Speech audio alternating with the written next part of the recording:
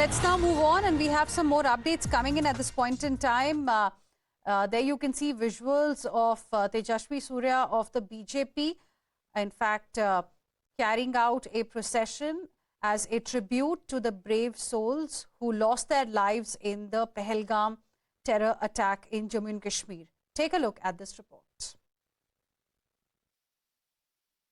Dastardly terror attack in Pahalgam is being condemned. Dastardly terror attack in Pahalgam is being condemned from corners, not just in our country, but globally. In Bengaluru today, in fact, a peaceful torch procession here that's been taken out now to condemn Pakistan, to condemn the terror activities that they have continuously been on a tirade against India. And even as, of course, you have this march here that's being headed by the BJP, senior BJP leader Tejashwi Surya, the MP of Bengaluru South here, heading this peaceful procession. Of course, one thing that's quite imperative here is to note that it's a peaceful procession that's coming in from various corners of the country.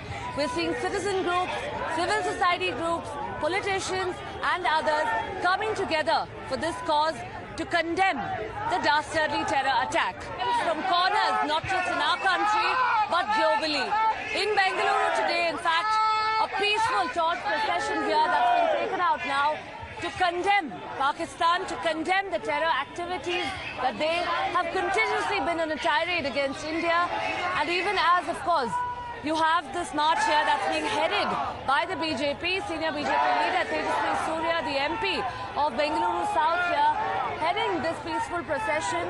Of course, one thing that's quite imperative here is to note that it's a peaceful procession that's coming in from various corners of the country. We're seeing citizen groups, civil society groups, politicians and others coming together for this cause to condemn the dastardly terror attack.